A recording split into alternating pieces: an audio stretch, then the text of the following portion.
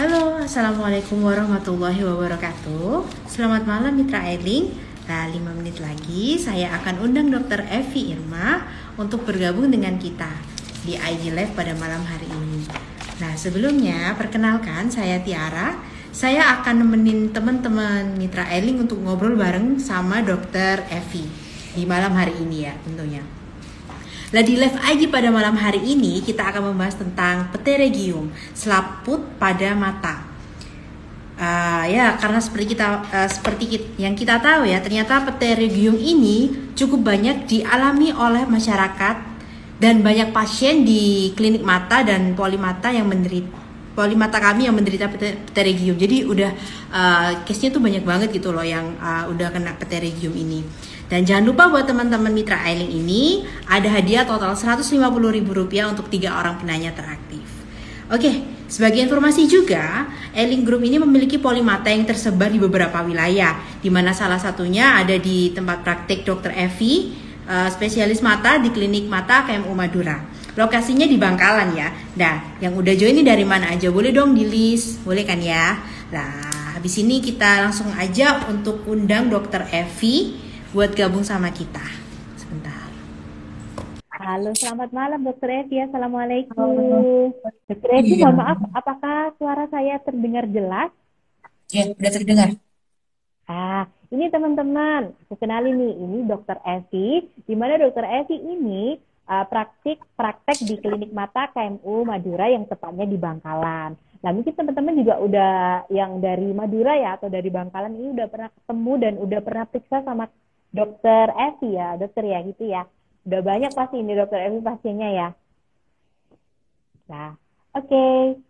Eh, terus saya mau mengucapkan terima kasih untuk teman-teman yang udah mau join di IG Live pada malam hari ini, kepada Mitra Eling sama sahabat KMU yang udah join ini. Dan jangan lupa juga, sekali lagi aku ingatkan, bahwasanya teman-teman dari Mitra Eling ini bisa langsung kasih pertanyaan di kolom komentar, dan nanti setelah selesai penjelasannya, nanti insya Allah akan langsung dijawab sama Dokter Evi. Dan kemudian juga saya mengucapkan terima kasih sama teman-teman yang udah ngasih pertanyaan di komentar, story, dan DM. Tunggu sebentar, nanti akan dijawab Dokter Evi. Oke lah, Dokter Evi, langsung aja kita ke materi ya. Jadi Oke. boleh nggak kita diinfokan tentang fakta menarik atau info menarik tentang pterygium atau selaput pada mata? Gimana sih dokter tentang pterygium itu? Oke. Silakan dokter, waktu dan tempat Aduh, terima dipersilakan. kasih ya. Terima kasih buat teman-teman yang sudah join ya. Amit suaranya dikeramnya sedikit ya. Oke. Jadi seperti yang teman-teman tahu, kan biasanya banyak tuh orang datang dengan kondisi, oh ada selaput di mata gitu. Nah, sebenarnya apa sih yang selaput dengan selaput ini? Jadi selaput ini atau disebut juga petrigium. Jadi itu berdasar dari kata seperti vitregos atau disebut juga dengan sayap kecil. Nah, di mana sayap kecil ini itu pada bagian mata, bagian dalam sini ke sini ya. Itu tumbuh bisa dari sisi dalam atau dari sisi hidung. Nah, kemudian dia akan berkembang. Nah, dia akan jalan ke tengah mata atau bagian bening mata atau yang disebut juga dengan kornea. Nah, kondisi seperti ini itu bisa satu mata atau bisa juga pada dua mata. Bisa pada satu sisi dalam saja, sisi luar, atau di kedua sisi.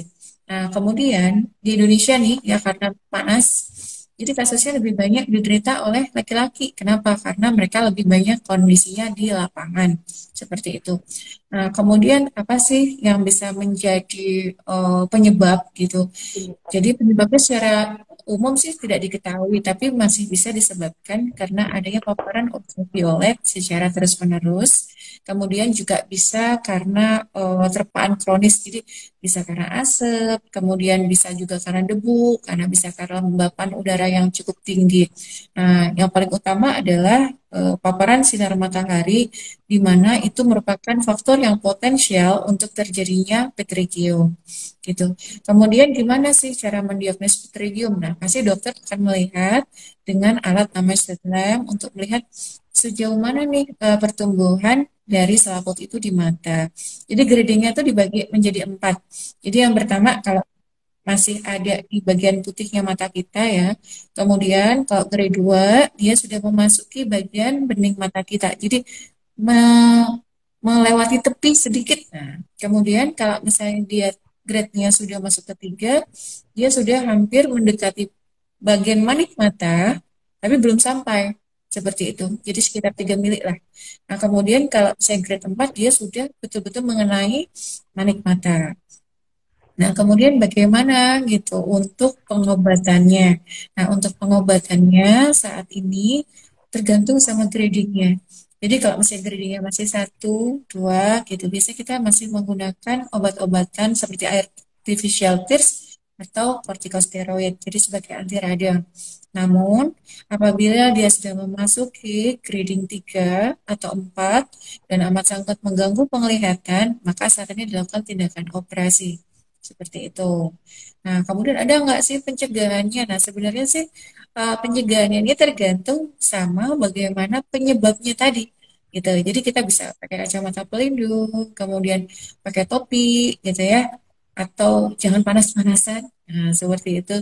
Terus kalau misalnya lagi pakai AC, jangan langsung disentrong ke muka, gitu. Terutama pada saat kita lagi berkendara, misalnya pakai mobil ya. AC-nya kan kalau lagi gerah tuh langsung disentrong, gitu, panas. Nah, itu juga bisa jadi salah satu faktor provokasinya. Nah, kemudian untuk teman-teman misalnya yang suka ke pantai, kan asik ya, sekarang healing gitu, ke pantai deh Ya gitu. ini ya Nah, dok ya banyak yang gitu. iya, healing. Nah, healingnya ke pantai tuh jangan lupa bawa kacamata yang agak gelap dikit ya, gitu.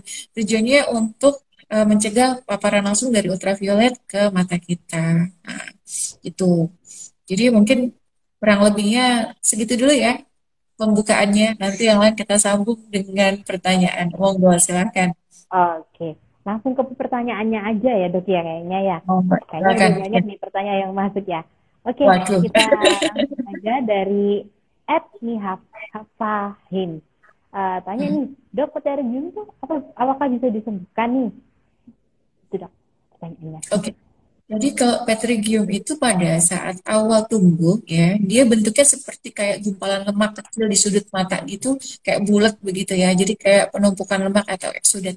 Nah, itu kalau misalnya pada fase seperti itu dan belum ada peradangan, biasanya masih bisa untuk ditekan dengan obat. Jadi jangan sampai tumbuh lebih besar menjadi petrigium di grade 1 atau sampai grade 4. Nah, jadi segera berobat ke dokter, nanti kita akan memberikan artificial tears atau steroid untuk menekan pertumbuhannya gitu. Kalau masih grading 1 atau 2 ya masih bisa insya Allah seperti itu. Berarti apakah pterygium ini kayaknya gejalanya tuh bisa dirasa apa enggak sih dok sebenarnya dok? Biasanya bisa. Jadi kalau misalnya gini, mata kita dalam kondisi normal kan pasti kita nggak ngerasa apa-apa nih, baik-baik aja gitu. Nah, pada saat petridium itu mulai tumbuh, biasanya matanya tuh agak kemerahan, rasanya nggak enak, kayak ada yang ganjel gitu. Kemudian ada sensasi seperti ada pasir gitu. Jadi kayak nyaman, nggak comfort. Jadi kayak salah aja gitu, mau diapain salah gitu, diginin salah gitu. Nah, terus nanti lama-lama akan tumbuh seperti penjualan kecil gitu, benjolan kecil warna putih gitu di bagian sudut mata, entah bagian dalam atau bagian luar, nah seperti itu. Nah, nanti lama-lama merahnya tambah lumayan dominan di sisi itu saja, dan matanya itu cenderung kayaknya rasa agak gatal-gatal gimana gitu, nggak nyaman bawanya seperti itu. Nah, jadi sebenarnya bisa kita rasakan gitu bahwa ada benda yang mulai tumbuh di mata kita, gitu Mbak. Oke, jadi teman-teman dicatat ya nih kalau misalnya emang udah ada gejala-gejala kayak gitu, udah langsung aja pergi ke dokter mata di Eling Hospital paling terdekat atau di klinik mata cabang klinik mata kamu terdekat. Oke, lanjut ya dok ya. Ya. Dari Isi Patria, dok apa sih pemicu terjadinya pterygium? Apakah makanan juga bisa jadi penyebabnya? Itu dok katanya dok. Oke, jadi kalau misalnya Petridium, dia tidak bisa diprovokasi oleh makanan ya. Beda sama litiasis yang mungkin dipengaruhi sama makanan yang bergoreng-goreng atau berminyak-minyak gitu. Nah, kalau Petridium tidak. Jadi Petridium ini dia lebih ke paparan kronis, jadi paparan yang terus-menerus nih. Jadi misalnya kena debu, warawiri tuh di jalan, terus lagi panas, berulang, terus mungkin untuk daerah teman-teman yang daerah pesisir ya, kan panasnya tuh kontinu ya terus menerus. Nah, itu tuh bisa jadi salah satu sumber provokasi untuk terjadinya perubahan sel di konjungtiva atau di bagian selaput mata. Kemudian juga sinar ultraviolet panas ya, Terus yang paling sering mungkin saat ini mungkin AC juga bisa. Jadi ruangan yang terlalu lembab itu juga memprovokasi untuk pertumbuhan Betul. selnya juga Betul. berbeda. Seperti itu. Oke. Lanjut lagi ya dok, ini pertanyaannya dok ya. Kayaknya soalnya Ya, udah sangat. banyak banget pertanyaan yang masuk. Penasaran tentang Pterygium ini dok. Kemudian dari Dewi Ayu, dok mohon izin tanya terkait PTG. Saya pernah mendengar bahwa operasi Pterygium memiliki risiko OP yang cukup besar karena banyaknya pembuluh darah di sekitar selaput atau daging tumbuh lah. Silakan dokter, mungkin bisa diberi informasi secara detail. Jadi begini, kalau misalnya untuk teknik operasi Petridium atau selap itu ada beberapa. Nah, jadi kalau misalnya teknik yang dulu mungkin yang paling banyak dipakai itu bear sclera ya istilahnya. Jadi setelah selaput dari Petridium itu dikupas, itu dibiarkan saja gitu. Memang pada saat Petridium itu tumbuh, apalagi sampai gradingnya 3-4 gitu ya, sudah besar-besar gitu pembuluh darahnya pada saat kita operasi itu cenderung memang perdarahannya dominan. Nah, tapi untuk teknik yang terbaru, nah itu ada istilahnya dengan graft. Jadi kita menempelkan bagian dari diri kita sendiri. Jadi kita akan menempelkan bagian konjungtiva yang ada di daerah atas atau superior itu untuk ditempelkan. Nah, tujuannya supaya angka rekurensinya rendah. Nah, kemudian gimana nih masalah perdarahan gitu ya. Nah, itu biasanya dipengaruhi juga sama hipertensi. Jadi kalau misalnya orang dalam kondisi tensi yang normal, pada saat kondisi operasi, insya Allah perdarahannya nggak sebanyak orang yang hipertensi tidak terkontrol obat hipertensinya, begitu. Oke. Cuma Hmm. Dewi Ayu ya sudah terberi informasi dengan jelas ya langsung jadi sama dokter spesialis mata. Lanjut lagi ya dok ya pertanyaannya ya dok ya. Sebentar. Dari Siva Sauki Tamdi. Mau tanya, mata saya di bagian hitamnya ada putih kayak lendir, tapi nggak bisa hilang nih dok. Rasanya kayak mengganjal dan perih. Apakah ini juga termasuk pterygium? Nah, ini kalau misalnya ada sesuatu yang kayak berlendir di mata, kita lihat posisinya dulu ya. Jadi ada beberapa yang bisa aja mungkin pinguiculitis bisa karena posisi sama ya di ujung mata. Nah, itu harus diperiksakan dulu karena kalau misalnya dia pterygium seperti yang saya bilang tadi dia kan pterygos ya.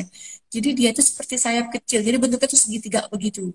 Nah, beda kalau misalnya pinguiculitis dia biasanya bulat bulat terus dia agak nyebar merah gitu. Jadi saran saya diperiksakan ke dokter dulu ya untuk memastikan ini jenisnya yang mana nih biar nggak salah ngobatin.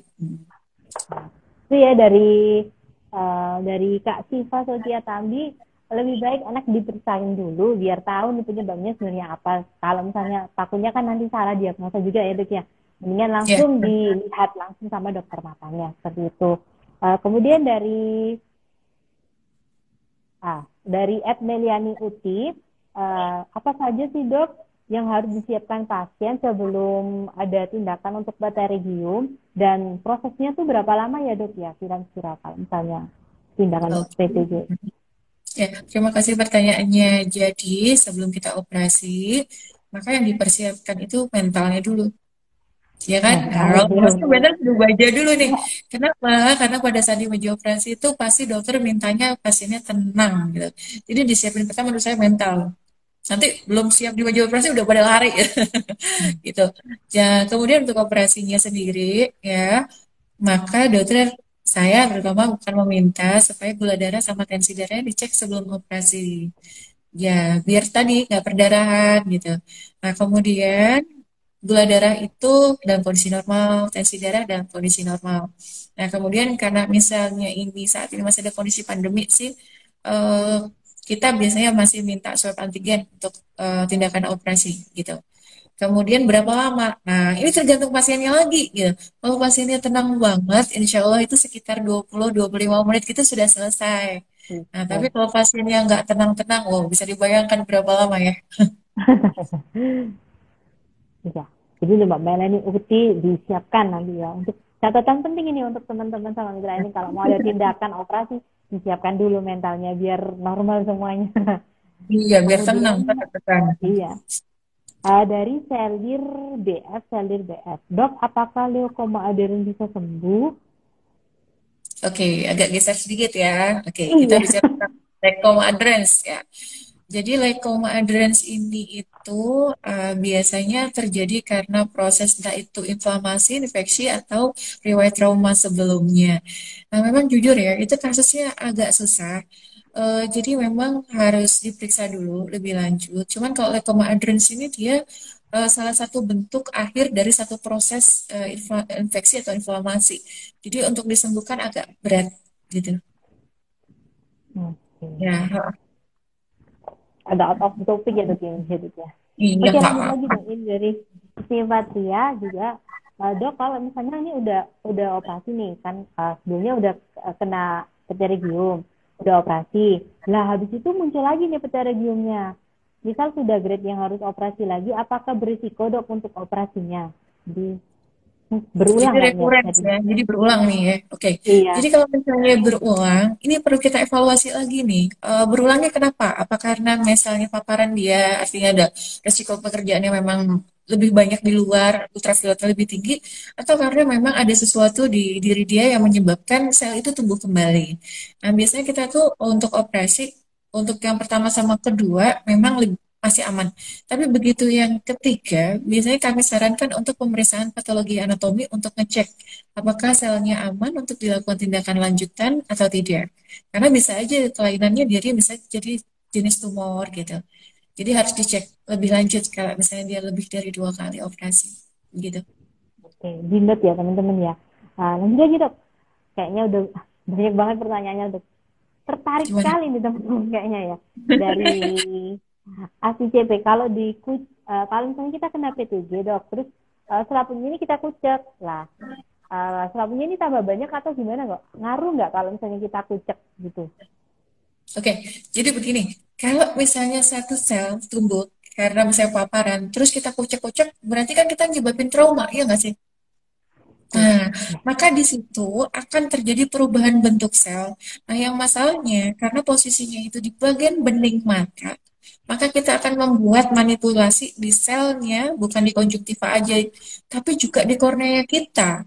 Takutnya kita buat penyakit baru gitu. Jadi bisa terjadi erosi kornea atau bisa terjadi keratitis kornea gitu, yang disebabkan karena proses pengucek gitu. Jadi saya sarankan jangan dikucek-kucek, nanti tambah merah, terus ada penyakit yang lain lagi. Jadi diobatin dulu ya. Iya, berarti kalau misalnya udah kena gejala kayak gitu, mendingan langsung jangan dikucek, mendingan langsung ke dokter mata gitu ya, dan langsung periksa. Oke, setuju. Ya, betul. Oke, bentar dok. Um,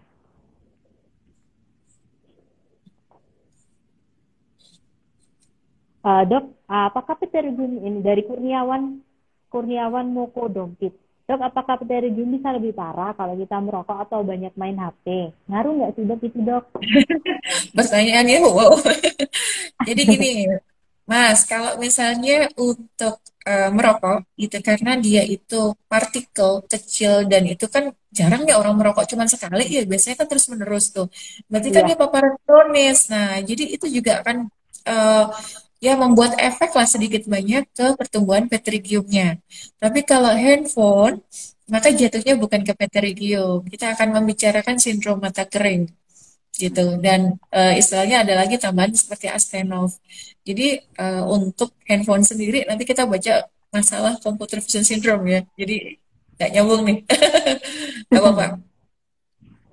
Oke, untuk teman-teman Mitra Eli, aku ingatkan lagi ya bahwasannya Dokter Evi ini prakteknya di Klinik Mata KMU Madura, tepatnya di Bangkalan. Jadi untuk teman-teman yang dari Madura, kalau misalnya mau ketemu nih sama Dokter Evi, terus kebetulan juga ada keluhan, langsung aja datang ke Klinik Mata KMU Madura. Lah, kalau mau pilih juga, kalau misalnya mau periksa sama Dokter Evi, lah teman-teman juga dari Bangkalan Madura ini bisa pilih layanan VIP. Jadi teman-teman bisa langsung milih sama dokter Evi. Gitu ya dok ya.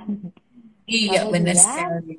dokter boleh tahu nggak sih ini jadwalnya di klinik mata KMU Madura itu kapan aja biar teman-teman Mitra Ailing sama sobat KMU ini tahu nih kapan biar kalau misalnya mau periksa kan bisa langsung jadwalnya dokter Evi gitu ya.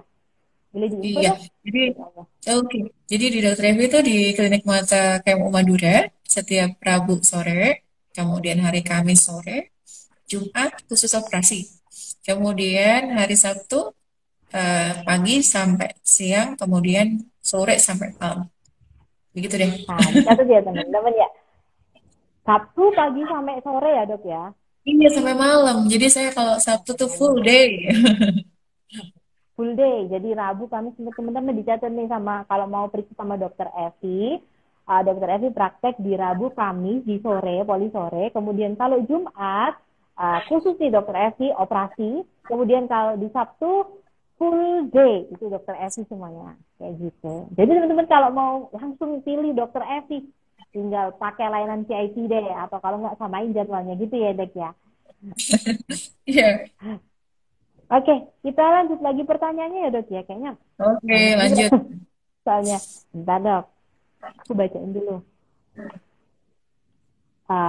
Dok, apakah masih tumbuh lagi pasien yang sudah operasi pterygium dengan usia di bawah umur 40 tahun? Oke. Jadi memang banyak ya kasus-kasus sekarang itu usia di bawah 40 tahun sudah ada yang mengalami petrigium. Terus pasti nanya nih, dok, gimana nih kalau misalnya dioperasi bakal tumbuh lagi nggak? Jadi biasanya kita di usia di bawah 40 tahun biasanya kita sarankan untuk tidak operasi dulu kecuali di garis bawah ini. Pertama amat sangat mengganggu penglihatan. Kemudian tingkat silindernya karena dia mempengaruhi bagian bening mata ya, karena dia menarik banget kan, akhirnya kan terbentuk silinder tuh. Nah, di saat kondisi silindernya juga sudah mengganggu sekali, memang meskipun usia masih di bawah 40 tahun, kita sarankan untuk operasi. Cuman dengan catatan resiko untuk terjadi recurrence atau kembali lagi besar, kalau misalnya paparannya tetap aktif gitu. Oh, jadi adanya setelah setelah apa namanya?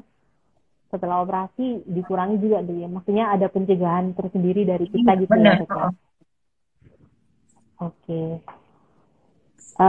Ini ada lagi dari Ismi Patria. Dari usia sebenarnya dari usia berapa sih dok resiko terjadinya pterygium? Apakah anak-anak di bawah juga bisa kena PTG? oke, jadi sebenarnya sih karena dia itu sifatnya paparan ya, paparan dari ultraviolet, kemudian dari paparan kronis seperti asap, debu, bla bla bla gitu. Nah, jadi orang yang sudah aktivitasnya secara kontinu itu ada di luar gitu, itu resiko terpaparnya lumayan besar gitu. Nah, kalau anak-anak kan kebetulan aktivitasnya masih banyak indoor ya, jadi bukan outdoor. Jadi resiko mereka terjadi itu masih agak rendah. Nah, jadi kalau untuk Indonesia sih rata-rata yang sudah di atas usia sekitar 20-an ya yang banyak, kalau anak-anak sih hampir jarang. Kalau misalnya pun ada, itu diagnosanya jadi pseudopetrigium. Jadi seolah-olah seperti petrigium, tapi bukan petrigium murni. Nah, seperti itu. Oke. Lanjut lagi dok. Ada Oh, dari Deli Ayu. Dok, hmm, mohon izin bertanya lagi nih. Pada pasien dengan PTG yang juga terdapat katarak makur, oke. manakah yang lebih utama didahulukan ya dok ya? Operasi katarak atau PTG-nya? Oke, ini kayaknya pengalaman keluarganya nih. Oke, pinter pertanyaannya. Jadi gini, kalau misalnya ada pasien nih dengan petrigium, kemudian ada katarak yang mana yang duluan? Jadi tergantung sama grading petrigiumnya. Kalau grading petrigium itu grade 3, 4, maka operasi petrigium duluan. Gitu. Karena pada saat kita operasi katarak, kita kan akan membuka kapsul depan. Nah, kalau kapsul di depan dibuka, terus ada petrigiumnya, nggak kelihatan dong, bingung antara operasinya. Jadi, kalau misalnya gradingnya 3-4, saran saya dibuka dulu. Jadi, operasi selaput dulu ya, baru kemudian kataraknya lanjut. Dengan jarak ya mungkin sekitar 3 minggu lebih lah. Oke, gitu. Oke. Ini ada dari Syeful Bahri 974. Apakah ada tindakan selanjutnya selain operasi untuk menghilangkan pterygium, dok? Kalau jadi kalau misalnya petridium, tindakan lanjutannya itu mungkin pasti pencegahan ya, supaya nggak tumbuh lagi ya. Kalau Oke. misalnya untuk setelah operasi, biasanya kita masih akan mengobati pasien itu supaya dia tidak recurrence dengan pengobatan sekitar 4 sampai 6 minggu dengan steroid. Dan kemudian kita akan bilang sama pasiennya dikasih kacamata pelindung, kemudian kok keluar pakai topi atau pakai payung gitu. Jadi paparannya dihindari banget gitu. Tapi kalau operasi lanjutan sih nggak ada ya. Nggak ada ya, Dok ya? Iya, Oke. Bentar, Dok. iya kayak Kayaknya pertanyaan ini rame banget ya. banyak banget, Dok. Enggak, soalnya petrigium ini memang di Indonesia tuh lumayan banyak loh, bener. Kalau di klinik mata kayak Madura sendiri banyak juga, Dok, ya berarti ya. Maksudnya Banyak, pasien-pasiennya kan juga daerah pesisir ya di sana ya. betul. Ya, saya itu biasanya dapat pertama yang kerjanya itu di sawah, kemudian yang terpapar pelayaran, nah terus yang suka di air-air lah pokoknya gitu. Maksudnya air asin loh ya. Nah itu biasanya dia paparan untuk tumbuhnya lebih cepat dan usianya kadang-kadang di bawah 40 tahun udah pada petrigium. Nah, kadang-kadang saking takutnya atau karena mereka mungkin belum mengerti bahwa operasi itu amat sangat lumayan cepat lah ya, nggak lama, nggak berdarah-darah gitu. Jadi pada takut itu kadang-kadang. Jadi nanya dulu, dok, kalau operasi petrigium itu serem nggak sih dok? Berapa lama? Berapa jam? Berapa hari? Waduh, asik deh pertanyaannya begitu. Nah, biasanya kalau sudah telat gitu kasihan, apalagi kalau sudah dua sisi. Jadi gini ya, ketutup banget, maka akan sangat mempengaruhi penglihatan. Nah, biasanya setelah dikupas, bentuk kornea yang tadinya tertekan, nah itu dia akan mulai kembali membaik kembali. Akhirnya penglihatannya mulai muncul lebih bagus ternyata, gitu. Jadi kalau bisa ya periksa dulu deh, gitu. Jangan sampai telat, jangan sampai jadi kabur gara-gara selaput aja, ya. Itu ya. Iya, apalagi teman-teman dari mitra ini sama sobat kamu yang mungkin kerjanya di luar ya di lapangan itu lebih baik alangkah lebih baiknya kalau misalnya emang periksa rutin gitu ya, Dok ya. Biar kalau misalnya ada apa-apa bisa langsung ditangani gitu ya. Iya, setuju. Oke, dua pertanyaan terakhir ini, Dok. Oke, silakan. Soalnya ya, bentar, Dok. Hmm.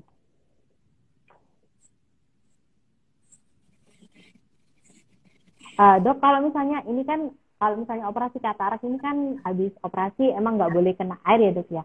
Nah, kalau Oh ya, misalnya operasi PTG itu apakah boleh kena air, Dok, dari Eva Ariana? oke. Jadi gini, kebetulan kalau menggunakan, jadi tergantung sama teknik sih ya. Karena sekarang teknik yang paling baru kan yang pakai graf nih. Nah, jadi kalau graf itu harapannya kita grafnya jangan sampai kena air dulu. Itu biasanya sih 2 kali 24 jam itu kita bilang sama pasiennya jangan kena air dulu. Tujuannya supaya grafnya betul-betul nempel. Apalagi kalau teknik operasi grafnya itu tanpa jahitan. Jadi dilekatkan dengan kondisi serum darahnya pasien sendiri gitu. Jadi dia betul-betul supaya touch, supaya nempel gitu sempurna. Nah itu 2 kali 24 jam nggak boleh kena air dulu matanya. Ya lebih sedikit Oke, lah daripada katarak ya. dinut ya sama teman-teman ini ya. Kemudian pertanyaan terakhir, Dok, dari Isi Patria. Dok, untuk penyembuhan dari pterygium sendiri kira-kira berapa lama ya, Dok ya setelah operasi jaraknya? Oke. Kalau misalnya setelah operasi petrigium ini, itu biasanya sudah seminggu tuh cukup aman gitu. Untuk aktivitas biasa udah cukup aman. Nah, cuman kalau betul-betul stabil sampai ke korneanya sih tetap dia akan membutuhkan recovery full itu 28 hari. Tapi kalau untuk kena air itu biasanya sudah hari ketiga udah boleh, kemudian aktivitas biasa juga udah nggak apa-apa. Gitu. Oke, itu pertanyaan terakhir untuk malam ini ya, Dok ya. Oke, dokter, saya akan Oke. mengingatkan kembali nih sama teman-teman untuk di bahwasanya di klinik mata KMU ini ada punya layanan VIP ya, utamanya di klinik mata KMU Gertik sama klinik mata KMU Madura, di mana layanan VIP ini bisa teman-teman dan sobat-sobat mitra Ailing bisa manfaatkan karena bisa mempermudah teman-teman dalam proses pemeriksaan, mulai dari proses yang singkat, itu manfaatnya ya, mulai dari proses yang singkat, terus bisa milih dokter mata sesuai pilihannya. Kalau misalnya teman-teman dari Madura nih kepengen periksa sama dokter Evi, silakan langsung pakai layanan VIP ya. Dan kemudian tentunya layanannya juga lebih nyaman dibandingkan pasien yang menggunakan umum atau BPJS. Nah, untuk info lebih lanjut, teman-teman mungkin bisa atur jadwal, langsung bisa klik di bio Instagram KMU. Uh, dokter ini ada dari Dewi Ayu, katanya salam rindu dari saya Dewi, rekan Mbak Erlin dari Nganjuk yang dulu pernah dirawat dokter waktu di pesantren Surabaya. Gitu Iya, dokter. Ada titip waduh, salam. lama banget gak ketemu ya. Sehat-sehat ya Dewi. Nah, kemudian untuk bagi mitra Elin juga ini yang ingin mendapatkan operasi katarak premium untuk keluarganya agar terbebas dari katarak sekaligus mata minus, silinder atau rabun dekat, bisa langsung datang ke seluruh cabang Elin Hospital Partner atau klinik mata KMO. Aduh dokter, ternyata banyak temannya dokter ini ya, ada pasiennya juga ya, yang nyapa tadi, Dewi Ayu ya, Iya, ini banyak ya. dari Mbak Erlin. Ya, Alhamdulillah. Ya, pokoknya Oke, sehat-sehat lah buat semuanya ya. Oke, terima kasih banyak untuk Dokter Evi yang udah meluangkan waktu pada malam hari ini untuk sharing ilmu ya tentang pterygium, sharing informasi. Dan semoga ini informasinya juga bermanfaat bagi mitra Eling sama sahabat KMU. Terus kalau misalnya dari mitra Eling sama sahabat KMU ini, bahkan kerabatnya ada yang mengalami pterygium atau yang udah disebutkan tadi tentang gejalanya, itu langsung aja kalau misalnya ngerasa langsung aja periksa ke Eling Hospital Partner terdekat atau di klinik mata KMU terdekat. Dan jangan lupa untuk tetap periksa rutin selama 6 bulan sekali ya untuk yang berkacamata dan 1 tahun sekali untuk teman-teman yang nggak punya keluhan. Dan kemudian untuk teman-teman nantikan live Ailing Group bersama dokter-dokter mata lainnya dan tentunya dengan topik kesehatan mata yang berbeda. Jangan lupa jaga kesehatan mata karena obat mata yang sesungguhnya adalah periksa mata rutin untuk mendeteksi sedini mungkin dengan penanganan tepat dan secepat mungkin. Terima kasih Dokter Evi. Selamat malam. Wassalamualaikum warahmatullahi Terima wabarakatuh. kasih semua. Dadah.